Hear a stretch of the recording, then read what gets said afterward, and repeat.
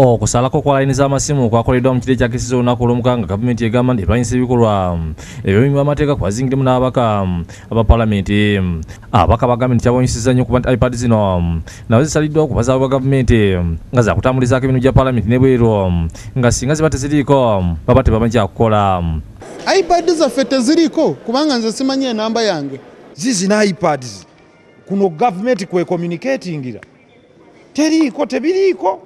Byebyo bye tuli okwogerako kuba iPad si yange, iPad ya Parliament. Simcard zetu zina ku iPad, simcard za Parliament.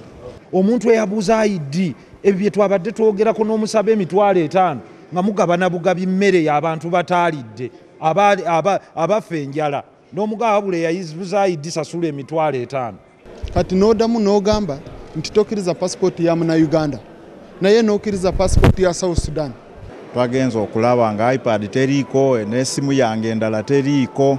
Omubaka wa Kampala State Muhammad Nsereko bino byonna bitadde ku minisitiri by'amawulire n'empuliziganya ya Frank Tumwebaze gwagambye ensobi yagikola okuva luyagaana okugerera ku palamenti byaleesazeewo. Ategeeza nti b'omu kiseera kino batandisedde okunoonya emikono egimujja mu obwesige kuba kye yakola kyali kimala mu palamenti ekitiibwa n'eggwanga lyonna. Minisita tuteeka omujjamu obwesige kubanga akozesa malala na kujerega. Yeno impunity, ebogo, arrogance, obutakozesa reason. Ejoge eryo lye bayina. Kyakuyamba ggwanga okulwanyisa abatemu. Naye tetuyinza kukkiriza Parliament kujogeba. Kati onogamba oti omuntu nti kantwale ensonga yo mu Parliament ekole ki? Nga ne kye yateese ekitono nnyo ekyokussimu kyanyoomebwa, kyaziimuulwa. Abatafudeyo okwewandiisa nga abalala bwe bakoze bagenda gasalako. Bwe bataanunula ekitiibwa kya Parliament kino then kigenze. Then tetusobola na kubawa garanti bantu nti muyinza n'okulwanisa eky'emyaka. Abantu bajja kutuuka okujjana okwokya Parliament ng'ekikibaleetesa ojjokya tekyalina makulu. Mumuyisa ekiteeso ne kitateekebwa mu nkola mukozeewo ki? N'olwekyo kino ekyokkulawo kye tugenda okukola. Franka tumwebaza addizeeyo bakama abo abagaaya eri wookya. Tumwebaze bwatuukiddwa agambye okugondera sipiika kye yasalawo ekyokumita ennyireko mu kakiiko akwasa empisa kuba alina obuyinza.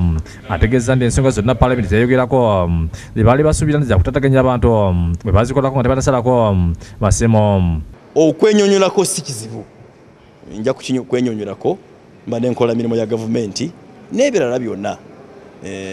Ku lw'okuba ekigendererwa kulaba ngu Uganda twena tusecuringa obulamu bwaffe. Lwaki bapapa? Kawesa yasoose okufa.